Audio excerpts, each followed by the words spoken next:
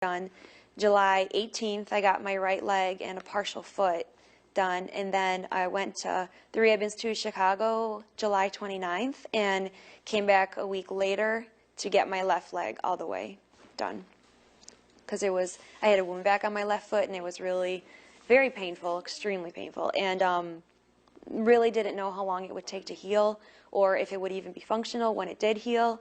And at that point I was like, I can't have this for months more to come. So just made the decision to make it the same height as my right leg and just get going with the prosthetics and try to walk. When I got to rehab, every little task was exhausting because I had like no energy at all, and like I said, my stomach shrunk so much I couldn't really eat, so I had just no energy and no muscle mass to keep me going. So when I got well, at first I didn't get my prosthetics because I had to wait for my wounds to kind of heal over, because you get casted to get fit for the socket for your prosthetic, and you had to wait till your skin is healed naturally. These are different cones. You know, some are rough cones, some are fine cones, and this is a smoothing cone. So the first thing I did was I cut, the big piece of plastic off. Then I went to the grinder and kind of refined the shape a little bit, and now I'm just beveling the edges away from the person's body and just kind of continually working through the process kind of smooth it.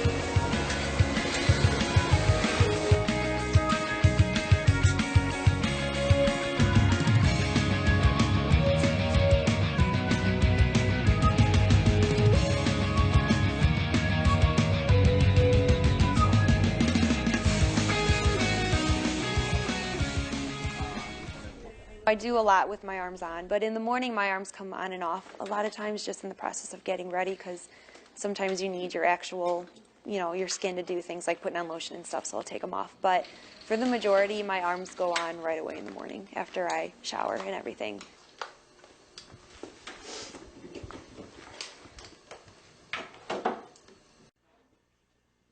Well, I'm pretty functional with these. These don't look the nicest, but they are, they're called body-powered hands, and they are by far the most functional. This is what I had made about 5 years ago. It's shaped on the shape of my hook, and it sits on top. Okay. So I go in, and it's the shape of it, and I can open. So everything I do, I control with my shoulders, and I'm in school, I take notes, I use my computer, I drive, I write. Spin around. You can see this harness, and when I do this with my scapula, I push out. It creates, can you see it creating tension on that strap? The lower one. So that lower one comes around to this cable, and I go like that. So these are called body-powered arms because I control them entirely by my body. And if I relax and press that, it turns down. But if I give tension, it flips up. And then if I give tension and I push this one, I flex it toward me. And then if I release, I'm loose right now and I press it, it goes back to neutral. This wrist is a manual wrist because my arm is longer on this side, so if I were to have this wrist component, it would add, that much length to this side, which isn't really good for, stuff close to your face. So to turn this wrist, I just do it manually. So I push that, and then to get it back, I usually go like this, and I pull it back to normal.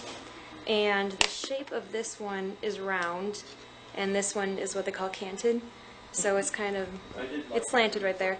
And they usually put this one on your dominant arm, and it's good for writing and stuff. Like a pen in this one, you can hold it, but it's a little more loose. This one, if I hold a pen, it sits in between there against the slanted surface, and it's the surface, and it's pretty stable. So, and there's also a little hole in there for a cigarette, because they haven't changed since like World War II. So if I wanted to smoke, I could hold it in there. So really I struggle with things like my hair, like putting my hair up. I have help with that, and sometimes opening things, but really I think I'm pretty independent with everything with these, and for the most part I don't really know many things I can't do. There's some sports I don't do anymore, and I don't really lift weights anymore because it's kind of tough with the machines and stuff, but I'm still pretty I've become pretty functional and independent. I have this ring right here, and that's all, because my last car, the SUV, I had reduced effort steering put in, but since this is a 4-cylinder car, it's less to turn and not as strong of a car to turn, so I don't slide out of the ring. And I didn't need any adaptations beyond this ring on the steering wheel, so it's quite nice. My driver's test was on Lakeshore Drive, Michigan Avenue, Lower Wacker, and the Eisenhower. So the first time I ever drove again was on the scariest roads of Chicago that I never used to drive. Surprisingly easier than I thought. Because my legs, you can still feel the resistance of the brakes and the accelerator, so you know when you're pushing, so that wasn't much different, just pushing with my hip versus using my ankle. And I just have to make sure I'm aware of where my foot is, because I did one time get lodged in between the brake and the gas pedal and I hit Walgreens. That's not funny, but it was. My friends are really supportive. You know who your true friends are. Your best friends are there. You know, they're there to help you no matter what. They don't look at what's happened. They just treat you the same way how things were. And so I met, his name is Luke, and he's a very, he's a good guy. He met me for who I am. I mean, I had my prosthetics off and no makeup on or anything. So he saw me for me, which was really great because he sees beyond, the disability. Some people struggle with that. About me as a person, I just like to have fun and try new things, see what I can figure out. Here's the thing, if I did it before and it's not the same, I don't want to do it like volleyball. I don't like to play volleyball anymore because it's not the same. And like I used to be a hitter, it's not the same, so that's fine. That's what I used to do. But I like to find things now that I can become good at and, just have fun doing. So I love to swim. That's one of my favorite things to do because it relieves so much stress. And what I love the most about it is that I can take everything off and just feel like I'm just me doing this activity. And that's why I like it so much. And nothing hurts, nothing makes pain. So that's why that's my favorite.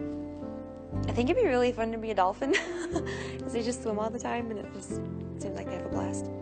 As an animal, I don't know, or a mammal. But yeah, I like water. And I love the cold because I'm hot all the time. Since my amputations, since I have less skin, I'm always warm because I don't release my heat. So I prefer, I love that it's cold outside. No. I don't really know what you mean. Incoming call. Oh, sorry. Press blue connect button to answer. Oh, yeah. That's my phone. Cool. That's my Bluetooth. It comes through here. So I would hit the button and just start talking. Oh, nice. Yeah, it's really nice. That's just part of the car. Nothing special I added. Sorry, that's really loud. I just try to look for one that's easiest for me to work, which is a little bit tricky because everything is, the slide phones now are kind of hard for me to do, and the touch screen, I can't do an iPhone because it won't register me. It needs a finger and the heat from the finger and stuff like that, so it's a little bit trickier, but I did find a phone that kind of buzzes when you touch it, so it actually responds to my touch, which is good because it's really easy to work. And then when I'm in the car, obviously, I don't really have to do much. And then they don't know I'm on the phone.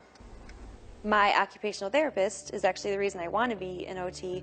She's just always been, I still communicate with her. She's just, very supportive, and I can talk to her if ever I need to, and, she will ask me to come meet patients if that's, so that just helps me to show other people's and help me just keep going. So, yeah, people like that. Actually, a lot of people don't even know what it is because everyone thinks physical therapy, and they're like, oh, you're like physical therapists. We are nothing like physical therapists. I mean, the difference is we focus on the things that are very important to the individual, not just the condition that has to be fixed. I mean, you're in the hospital, and the therapist is going to come help you figure out how you can dress yourself on your own again. That's huge when you're 80 years old and you've done it your whole life, I mean, I was 19. I didn't want to rely on my mom to dress me every day, so it's huge what we do. I'm pretty excited to do this. I mean, like I said, I used to want to be a math teacher, but this still technically is teaching. We're teaching people how to do things in a different way. I would say that it's hard at first, and it is frustrating. It's going to be a struggle, but it will get better, and you have to be, very persistent and determined to get what you need to do, and ultimately there's people out there that will help you to do the things you want to do, and, you can still be happy. everything has changed, and for a good, positive way. And I'm very excited for what I'm going to be doing, and I try to look on the bright side of things because I do know people have worse off than I do. I mean, I could have had brain damage, and I don't. I was able to return to school.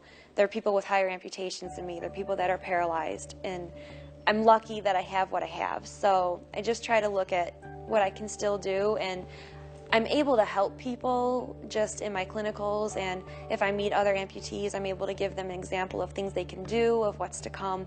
It's very rewarding that I can give them hope for the future because you don't know what's to come, so I definitely get a lot of joy out of just teaching others how to use their prosthetics, and I'm excited that I can have a career in doing that. So There's a guy that came in 2 weeks ago who he lost his arm mid-humerus, which is above the elbow, and it was in a motorcycle accident, so he's going to be getting an arm similar to mine but a little more components, and I was able to show him kind of how to use it, so that was kind of cool.